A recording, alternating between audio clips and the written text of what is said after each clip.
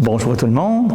On est rendu mercredi le 5 septembre. Déjà, la moitié du mois est commencée, est passée.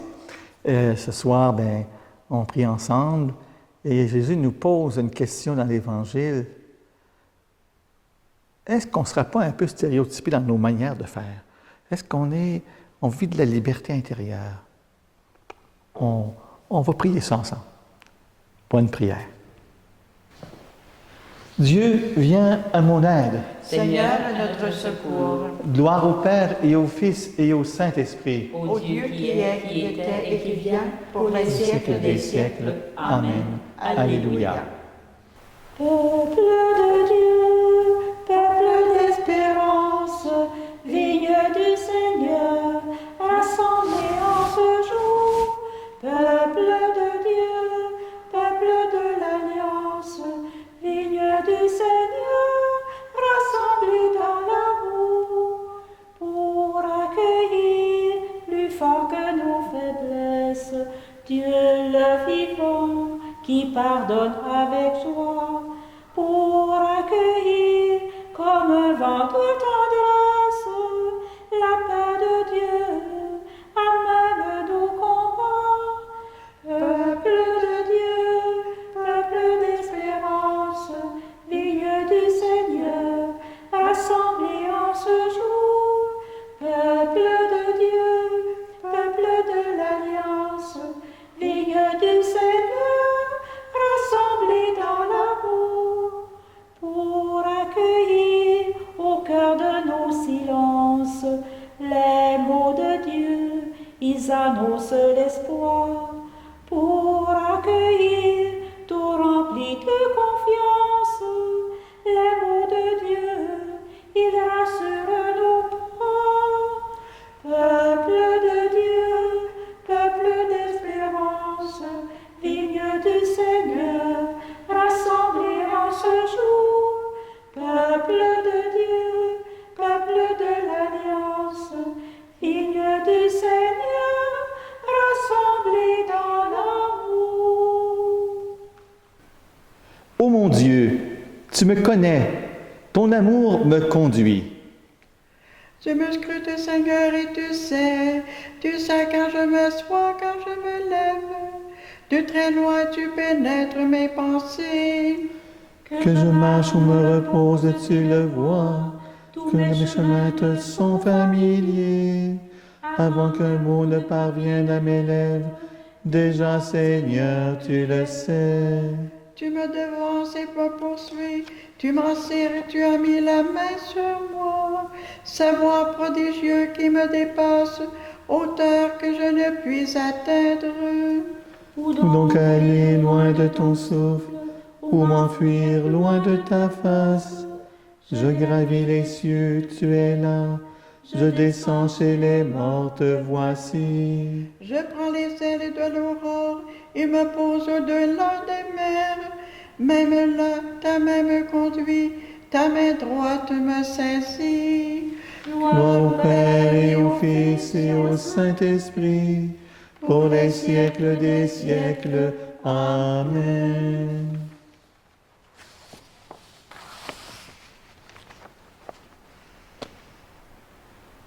Dieu qui scrute les reins et les cœurs, tu rends à chacun selon ses œuvres. J'avais dit, les ténèbres m'écrasent, mais la nuit devient lumière autour de moi.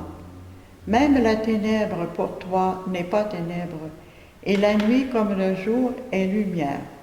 C'est toi qui as créé mes reins, qui m'as tissé dans le sein de ma mère. Je reconnais devant toi, prodige, l'être étonnant que je suis. Étonnantes sont tes œuvres, toute mon âme le sait. Mes os n'étaient pas cachés pour toi, quand j'étais façonné dans le secret, modelé aux entrailles de la terre. J'étais encore inachevé, tu me voyais. Sur ton livre, tous mes jours sont inscrits, recensés avant qu'un seul ne soit. Que tes pensées sont pour moi difficiles, Dieu, que leur somme est imposante. Je les compte, plus nombreuses que le sable. Je m'éveille, je suis encore avec toi.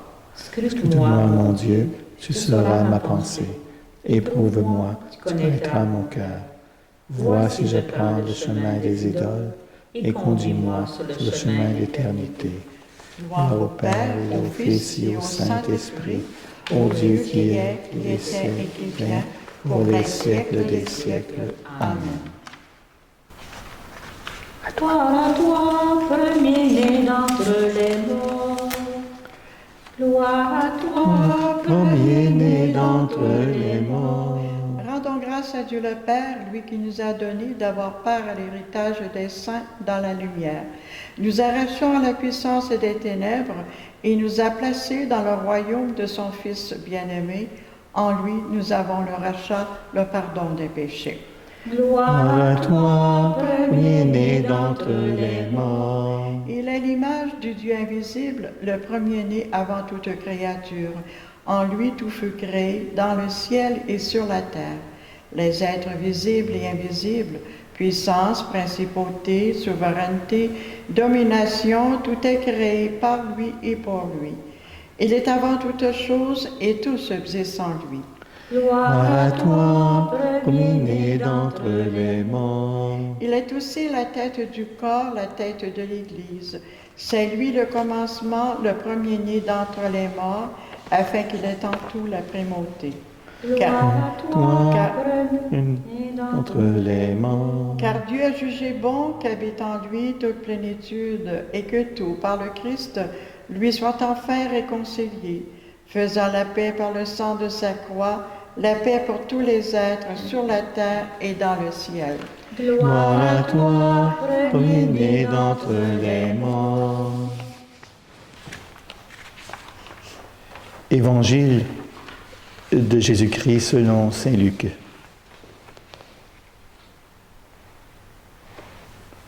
En ce temps-là, Jésus disait à la foule, « À qui vais-je comparer les gens de cette génération? À qui ressemble-t-il? Il ressemble à des gamins assis sur la place, qui s'interpellent en disant, « Nous avons joué de la flûte, et vous n'avez pas dansé. Nous avons chanté des lamentations, et vous n'avez pas pleuré. » Jean le Baptiste est venu en effet. Il ne mange pas de pain, ne boit pas de vin. Et vous dites, c'est un possédé. Le Fils de l'homme est venu, et il mange et boit. Et vous dites, voici là un glouton et un ivrogne, un ami des publicains et des pécheurs.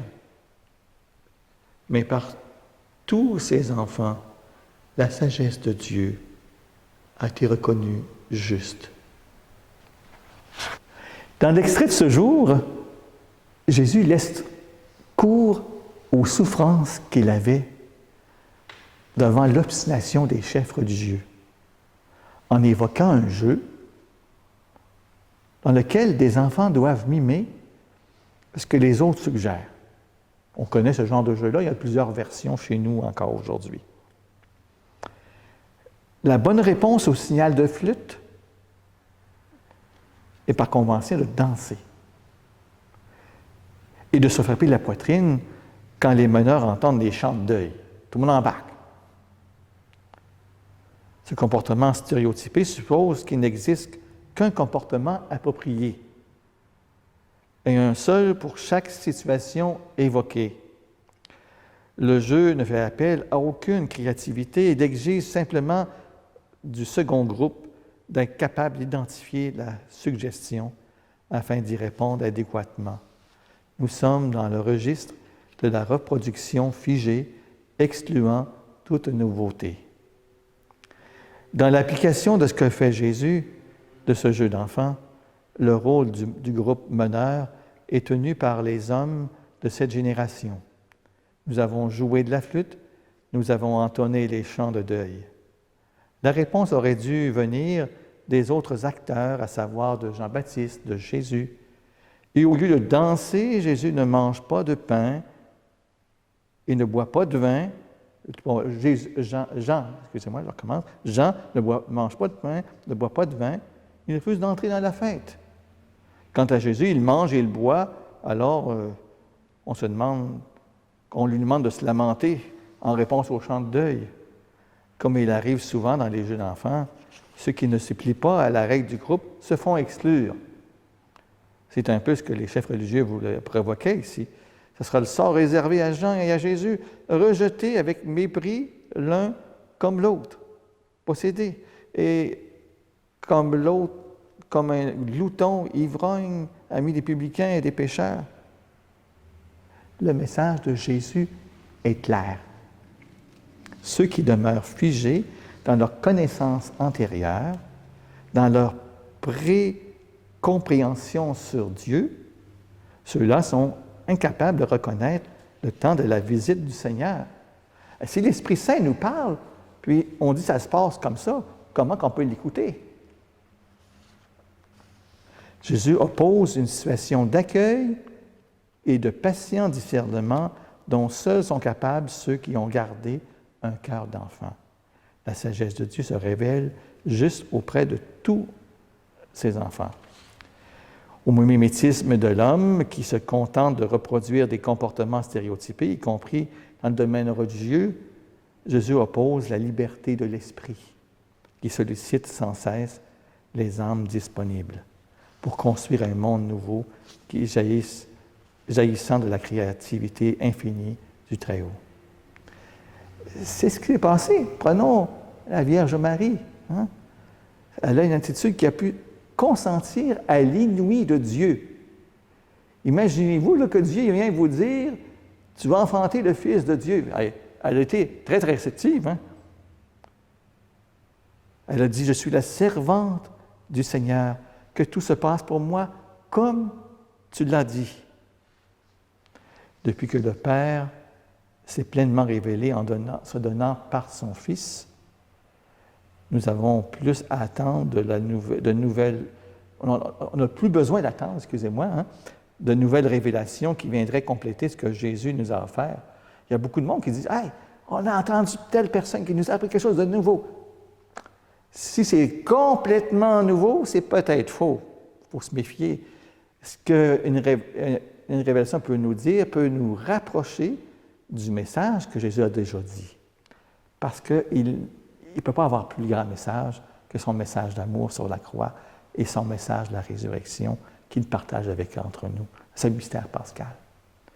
Mais il nous faut demeurer à l'écoute de l'Esprit, hein, qui s'adresse à nous à travers la voix de l'Église et la voix de notre conscience, notre chère conscience que je trouve une belle...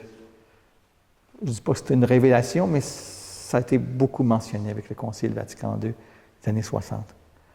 Hein, pour nous indiquer sans cesse les chemins toujours nouveaux de l'unique Évangile au cœur du monde d'aujourd'hui. La vraie fidélité n'est pas reproduction du même, mais consentement à la créativité de l'Esprit Saint. On a fêté il y a 2 jours la croix glorieuse, on se rappelle, bien, ce mystère pascal, mort, gloire, c'est mort-résurrection, c'est toujours présent dans notre Église aujourd'hui. Malgré tout ce qu'on a de la misère à comprendre, mais prions le Seigneur. Oui, Seigneur, nous le croyons. Ton Esprit seul peut nous introduire dans la vérité tout entière. Donne-nous l'audace des nouveaux commencements. Donne la fidélité à celui qui est avec nous et qui nous accompagne tous les jours jusqu'à la fin des temps. Amen. Notre Église est heureuse, le sang des martyrs et sa gloire. Mon âme exalte le Seigneur, Exulte mon esprit en Dieu mon Sauveur. Il s'est penché sur son humble servante. Désormais tous les âges me diront bienheureuse. Le Puissant fit pour moi des merveilles, saint est son nom. Son amour s'étend d'âge en âge sur ceux qui le craignent. Déployant la force de son bras, il disperse les superbes. Il renverse les puissants de leur trône. Il élève les humbles. Il comble de bien les affamés. Renvoie les riches les mains vides. Il relève Israël, son serviteur. Il se souvient de son amour, de la promesse faite à nos pères en faveur d'Abraham et de sa race à jamais. Gloire au Père et au Fils et au Saint-Esprit, ô Dieu qui est, qui était et qui vient, pour les siècles des siècles. Amen. Prions Dieu notre Père, dont la miséricorde pour son peuple est infinie. Seigneur, puisque tu as envoyé ton Fils sauver le monde et non pas le juger, donne-nous en abondance les fruits de la croix. Tu as établi des prêtres intendants des mystères du Christ. Donne-leur un cœur fidèle et sage et bon. À ceux que tu as appelés à la chasteté en vue du royaume, de suivre ton Fils. Tu as créé l'homme à ton image, l'homme et femme, tu les créas. Donne-leur cette grâce de l'unité. Toi qui reçois l'offrande de ton Fils, ne condamne pas nos défunts, mais accorde-leur ton pardon.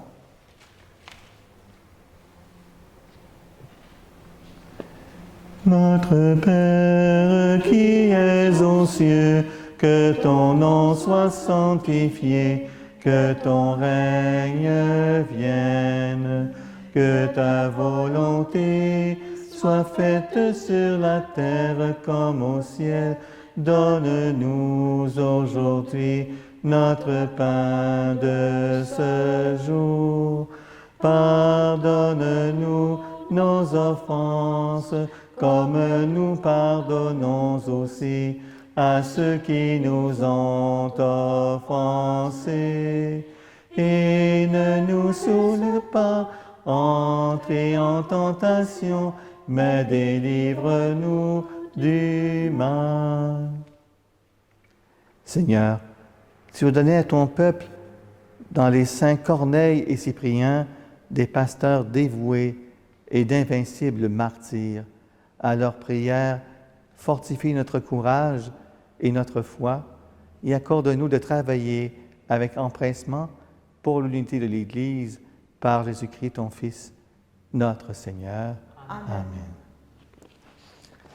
Et le Seigneur soit avec vous. Et avec votre esprit. Que Dieu Tout-Puissant vous bénisse, lui qui est le Père, le Fils et le Saint-Esprit. Amen. J'avais pas oublié de le nommer au début de la célébration. Hein. C'est les Saint-Cyprien Corneille qu'on fête aujourd'hui. Si je me souviens bien, la Jordanie actuelle, c'est là que j'avais croisé l'endroit où ils ont passé. En tout cas, prions pour eux, pour tous les martyrs aujourd'hui. Bénissons le Seigneur. Nous rendons grâce à Dieu. Bonne soirée à tout le monde.